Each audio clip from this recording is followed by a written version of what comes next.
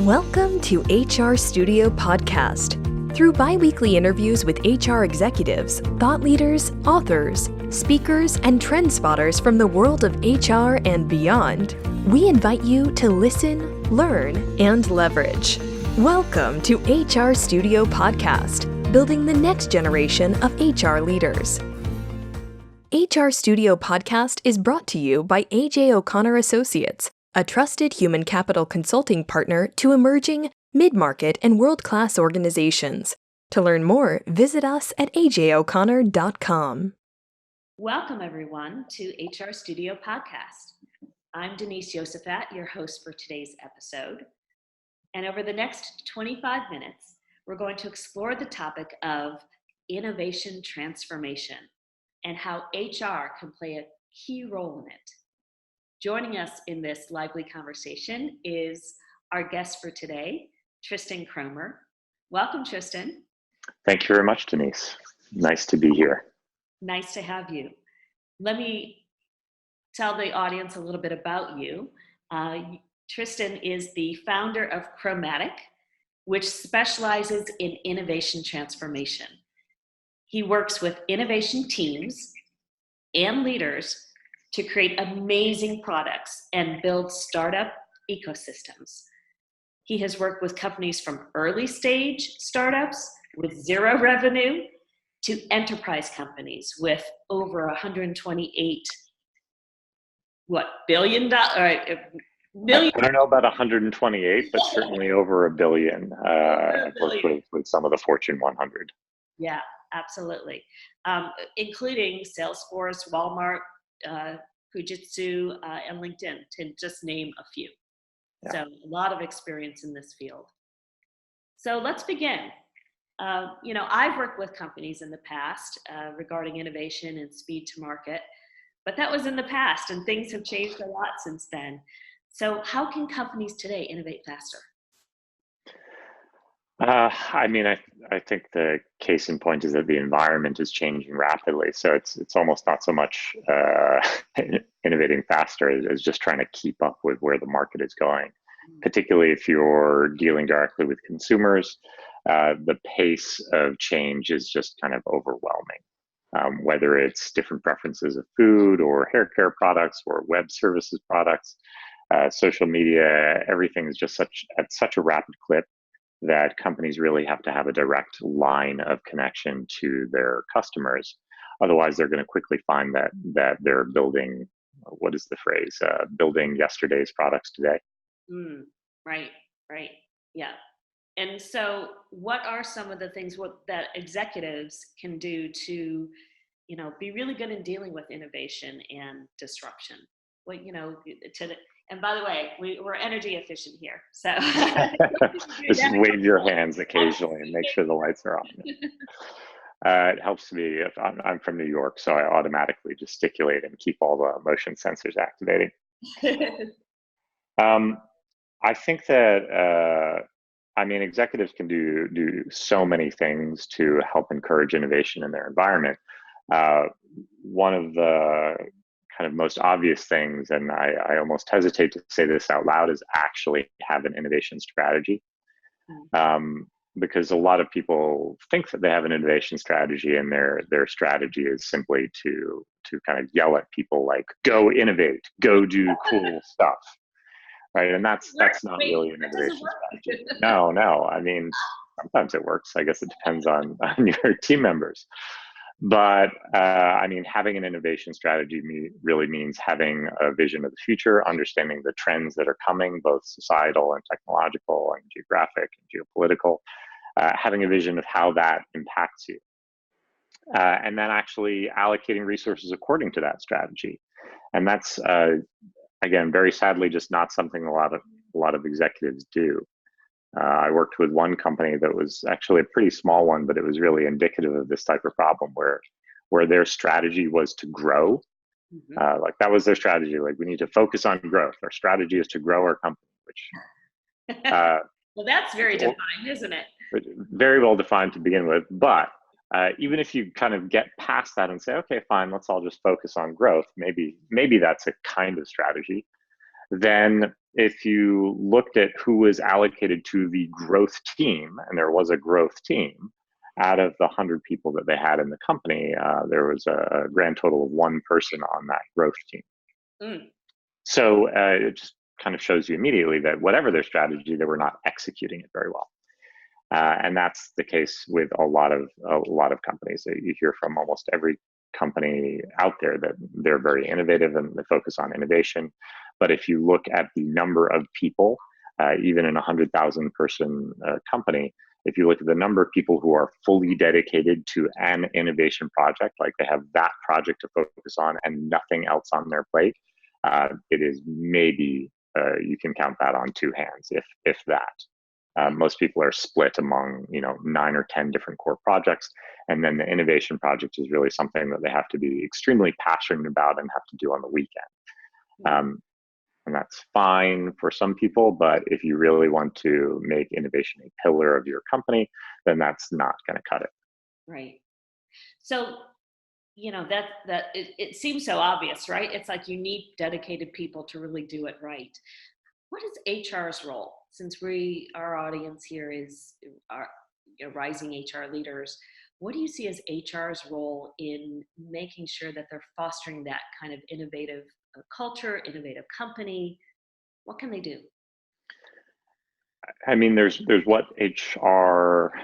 I mean, first of all, obviously HR is very different in a lot of different companies. So I will make some broad blanket statements that almost certainly does not apply to everybody.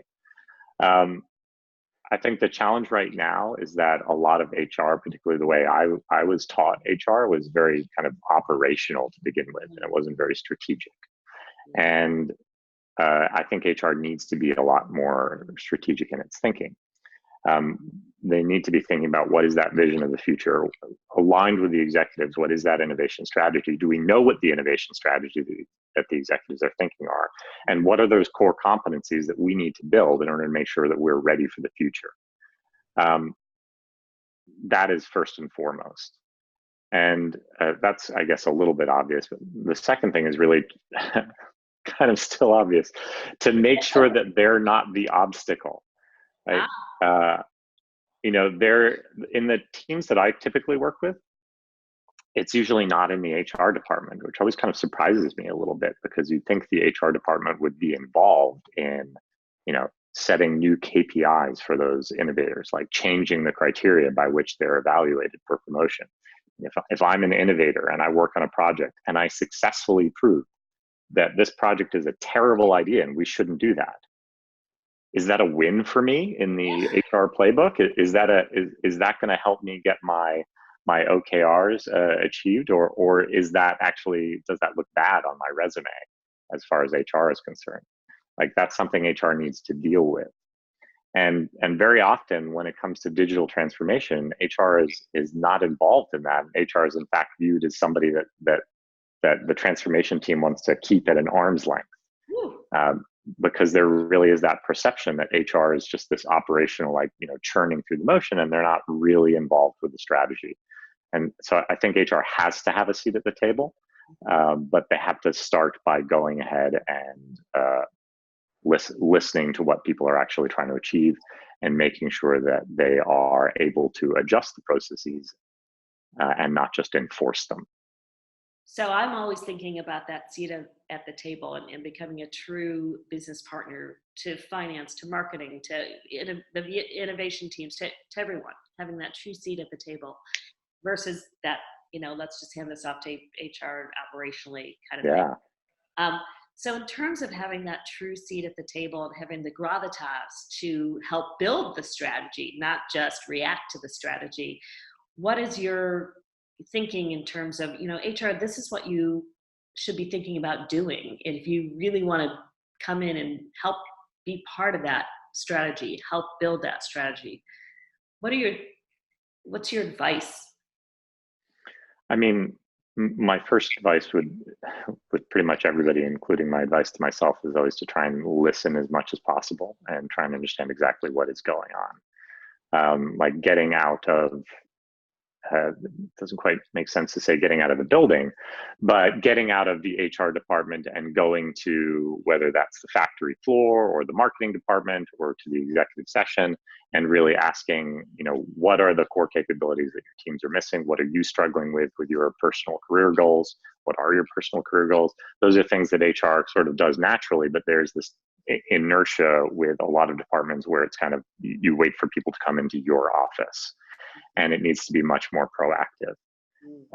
So it should be the case that HR is the first person to notice that again, not to overly generalize, but I work with a lot of older companies, and these companies will send their executive teams to Silicon Valley for a sort of little petting zoo, and it's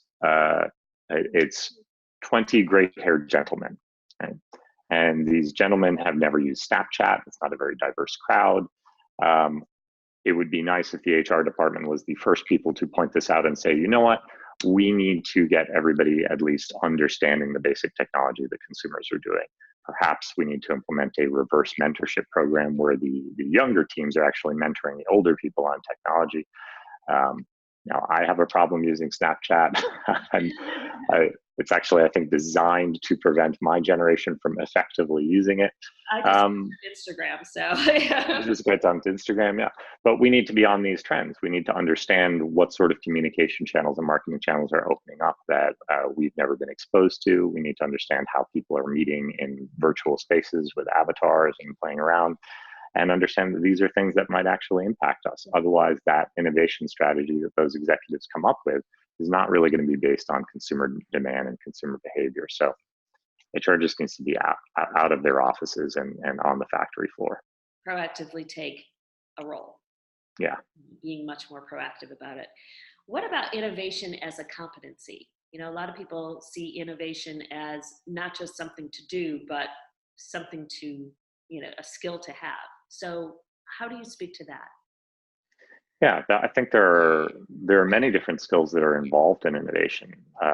Obviously, the first and foremost being just simply that basic experimentation mindset that's really come of age now with lean startup and with agile and design thinking. It is a way of breaking down complex problems into simple questions that you can then run an experiment and try and answer. Not by writing a 60-page business plan, but by, again, kind of getting out of the building and seeing what the consumers actually do when presented with certain stimuli, a certain product, a landing page, or what have you. And so that way of thinking is very different from kind of check the box, follow the procedure, follow that standard operating procedure. And that's first and foremost what HR needs to help people acquire. And it's not a mindset that can be acquired by kind of the standard, watch this video and take this 10 survey quiz. That's sort of the compliance-based training. It is something that very much needs to be experienced because it requires people to have an idea, be very convinced that their idea is correct, realize that they are completely and utterly wrong, and then and only then are they going to get the idea that experimentation and moving quickly and testing things is a good idea. So that's the first skill that they have to master. So you talk about experimentation. We often think about it in developing products. Yes. And HR is, facilitates developing people. So what can we learn from, kind of product development, the cycle to learn, redo, in the way we do innovation and in approaching innovation? How can we use that in the way we approach developing people? So I love that because I think it's very directly analogous. In fact, the way I always try and approach culture change is to approach it as a form of experimentation, even though it's a very complex problem. But even when you're just talking about the simple thing of like, how do I help people build skills, or how do I onboard people into my company effectively, there's a lot you can do there to apply that experimentation mindset. And if you want an example, which I love, everybody go to wealthfront.com. Wealthfront is a fintech company, like wealthfront.com/engineering. I don't know too much about the inside of Wealthfront, but if you look at that page, that is their recruiting page for engineers. And it is very much evident that that is a landing page to them, or they're looking at the conversion rate to that landing page. There's a clear value proposition on that page. That page says very specifically, like, we don't have a deploy process, we have a deploy button. Value proposition conveys to any engineer who looks at it that this is an agile shop, that we run in very fast sprints, and that there's not a lot of process, that you can deploy stuff live to customers very, very quickly. It is not just a listing of job opportunities. It is a page where they optimize the value proposition to prospective employees, and they're looking at that conversion rate. And that mentality, I think, is absolutely brilliant. And we can bring that same mentality into the onboarding process into our company. Well, it also says, listen, we don't have all the answers. We're looking for you to be innovative in finding answers and making your mark in how we, proceed. And, so we're not giving you a set program and this is how you fit in the box. We are going to take you as you are and value those skills and what you can do for our company with them. Yeah, and think about how much of a different transaction that is from, here's a page, here are the requirements you need to fill, apply for a job, we will pay you.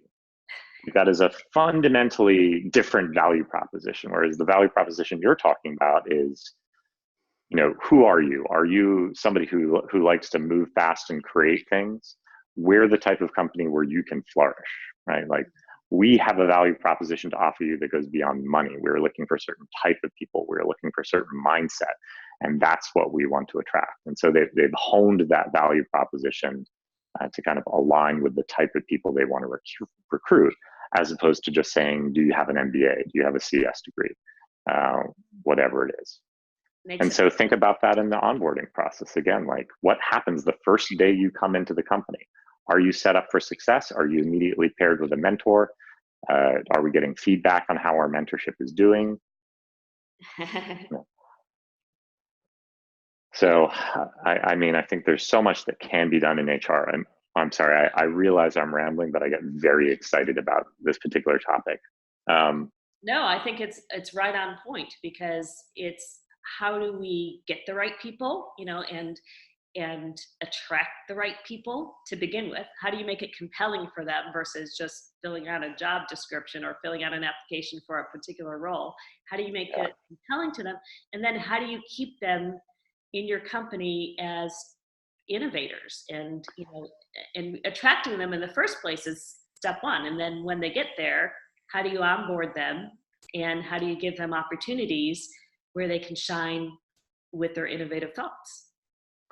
Right. So I've got two experiments that I would challenge any HR leader listening to this to do. Love it. So the first one is very, very simple, and it has to do with, like, everybody has some PowerPoint with like 10 values of the company, or 10 cultural hallmarks of our company, right? And so here's the test.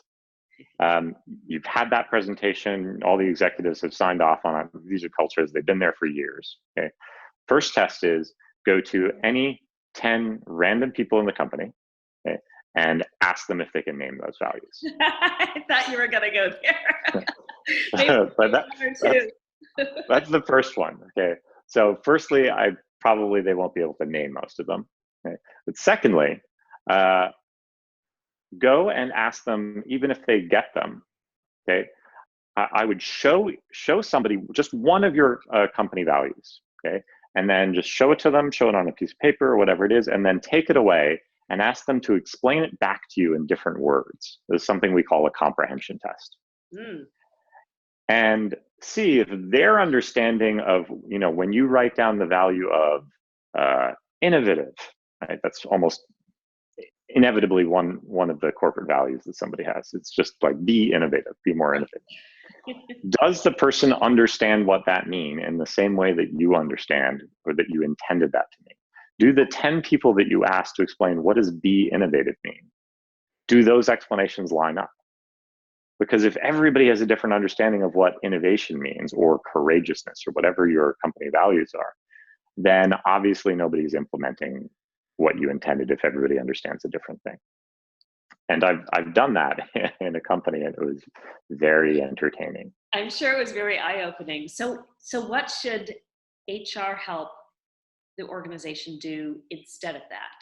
Instead of having the list of values and the people not necessarily understanding what those values mean, how do we get across instead what the company needs from the people? Well, I'm not saying having those values is a bad thing. But what I am saying is that experimentation mindset, if HR is truly going to absorb that, then you have to have some sort of metric for what success looks like. Right? So if a goal of the HR department is to make sure that these company values, whatever they are enacted in real behaviors, right, then obviously a prerequisite to those becoming behaviors is that everybody has to understand them. Prerequisite to everybody understanding them is everybody has to actually know what they are. So we can measure progress towards that goal by looking at kind of what are those first steps. Have we successfully communicated? If I explain this value of courageousness to everybody, is everybody going to have the same understanding of what type of behavior that actually means, what they would actually do in their day-to-day job to demonstrate courageousness? And so I can improve my explanation of courageousness or my presentation by, instead of just broadcasting it to 100,000 people, I could just take 5 people and run this sort of test and really try and make sure that I'm explaining courageousness in a way that makes sense. And perhaps that just means by giving an example. I will be courageous enough to tell my boss when I think they're wrong. Maybe it's just that. But if we can't explain and we can't measure and we can't know if we're correct or if we're going on the wrong path, then we're not really doing experimentation. And too much of kind of HR communication, internal communication strategy is just to kind of tick the box of, we did the webinar, we sent out memos, and nobody's actually looking like, well, what percentage of people actually opened our weekly newsletter? Right. It's looking at the metrics, and it's also avoiding assumptions. Oh, yes. We got it. They know what that means. Yes, exactly. Right. So that's one experiment which I would challenge everybody to do, and I think it's very eye-opening. I have yet to get a room full of people who agree on what innovation means at the beginning of a day. By the end of the day, hopefully they all agree, but at the beginning of the day, they never do. And the second challenge, it may be something different for different companies. Yes, absolutely. Right. I'm not going to presume that innovation means the same thing at a high-tech company as it does in a mining company. It's going to be very, very different. Right. Now, perhaps innovation is just making sure that the mine stays open and is highly productive, and a certain amount of throughput. The second kind of experiment I would recommend that everybody do, and that I will freely admit I have not convinced anybody to actually do this, but I'm really hoping. So get that big chart of everybody's career path, the one which kind of on the x-axis is usually time, like the number of years they've been at the company or the level that they are in the company seniority level, and then the amount of money that they make, right? Or the seniority level, right? So the longer somebody's at the company, usually this line should be going kind of straight up. They would hope. Would hope, right? And now try and track what happens on average when somebody is on an innovative project that fails. Does that line, does it arc up because now that person has demonstrated a lot of entrepreneurial spirit and figured out something that doesn't work and now has gained some valuable skills, or does it arc down? Right? Do they get punished by trying to innovate? And I think that data is going to say something very profound about the culture that you're working in, and is a wonderful metric to evaluate how innovation is perceived in your company. Because I guarantee if that line arcs down, everybody in the company knows it, and they're probably scared to be assigned to one of those projects. Yeah, I mean, it's a good point, because if people are punished for risk-taking, which is really what it's all about, right? You're risk-taking when you're trying to be innovative, you're doing experimentation. As we all know, experimentation has failures. You have to fail before you succeed often. Yes. If you're punished for that, why do it? Yes, exactly. And so having that kind of hard data to back up it was pretty clear talking to most people in most companies is there is some level of palpable fear of kind of being the one who might be the scapegoat for that project. I think is very powerful and should be becoming more standard practice. Yeah. And so on our final couple minutes together, how can we help? How can HR leaders help overcome that fear? What can they do? I think so. If we're going to speak specifically about fear, I think the most powerful thing that anybody in the company can do to help reduce fear is to be transparent about it, right? And in particular, to be transparent about failure and kind of what that means. Because everybody in the company has some story, right? And I guarantee you the last mistake from our CEO is probably going to be $1 million or $1 billion mistake. Yeah. And if that CEO is willing to get up and on stage and say, here's the last time I really, really screwed up. Not as, oh, this was a step to learning, but look, I have screwed up. It is a normal thing. Yeah. Right? But I learned from it. Yeah. Then that is a very powerful message that we can take. So if HR can take any steps to making that normal, and I don't know what the rating of this is, but there is an event called F Up Night. You can put in the full word if you want to Google it. Well, glad you kept it at that, right? Okay, so fupnight.com is a type of event, right, where people get up and talk about their failures, and it's kind of a worldwide movement, and that is one of the first things that I think HR can look into is to hosting one of those nights internally.